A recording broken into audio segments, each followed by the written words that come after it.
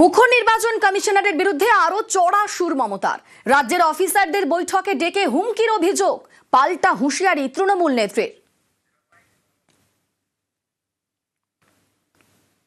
অফিসারদের মিটিং করে বহু থ্রেট করা হয়েছে, শুধু এখন অ্যাকশন নেবে তা নয়, যদি ওনার কথা না শোনে মে মাসের পরেও নাকি উনি অ্যাকশন নেবেন। আমি বলি সাহস থাকা ভালো, কিন্তু দুঃসাহস থাকা ভালো না।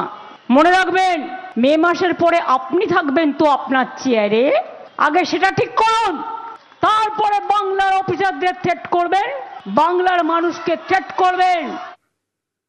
এবারের ভোটে বিজেপির 3 প্ল্যান: নাম বাদ দেওয়া, ইভিএম এ কারচুপি এবং গণনায় কারচুপি।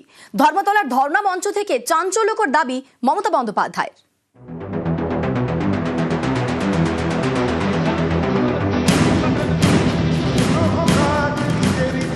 শুক্রবার থেকে ধর্ণা শুরু, সোমবার সেই মঞ্চ থেকে চাঞ্চল্যকর দাবি করলেন মমতা বন্দ্যোপাধ্যায়, নিশানা করলেন বিজেপিকে। এদের প্ল্যান 1 হচ্ছে ভোটার কাটা, ভোট পর্যন্ত কাটবে। প্ল্যান 2 হচ্ছে ইভিএম মেশিন কারচুপি, আমি অলরেডি খবর পেয়েছি এবং তার প্রিকশনও আমরা নেব, খুব সিরিয়াসলি দেখতে হবে। নাম্বার 3, ভোটগুলো যখন দেখবেন কাউন্টিংয়ে বেরোবে, আমি আগে থেকে বলে দিই, সতর্ক করে দিই, বিজেপির সিটগুলো আগে দেখাবে, আমাদেরটা পরে দেখাবে, যাতে মানুষের কাছে ভুল বার্তা যায় আর অফিসারদের ম্যানেজ করতে পারে, ম্যানিপুলেট করতে পারে, যাতে তারা ভয় পায়। মহাত্মা গান্ধীজিকে খুন করার জন্য 3টে বুলেট ফায়ার করেছিল, আর আজকে গণতন্ত্রকে ফায়ার করার জন্য এক তো এনআরসি, এক তো স্যার, আর একটা হচ্ছে ক্যাব, সাথে আছে ইডি, সাথে আছে সিবিআই, এমনকি army headquarter. I am sorry to say, I have a great regards for them. কোথাও কোথাও সেখানেও পার্টি অফিস বানিয়েছে।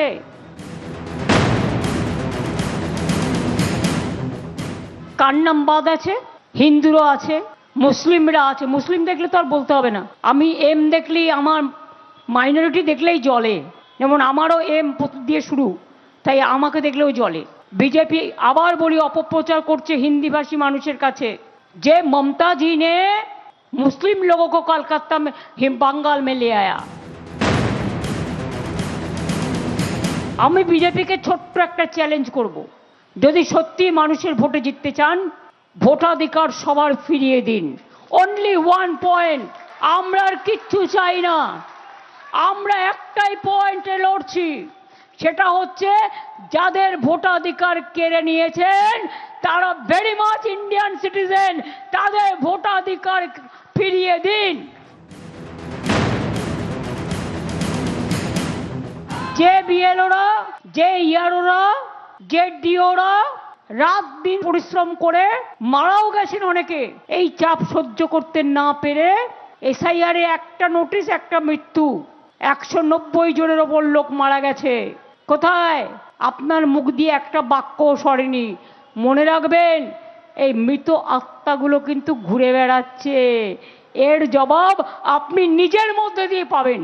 অন্যায় কখনো কাউকে ছাড়ে না। নিউজ 18 বাংলা।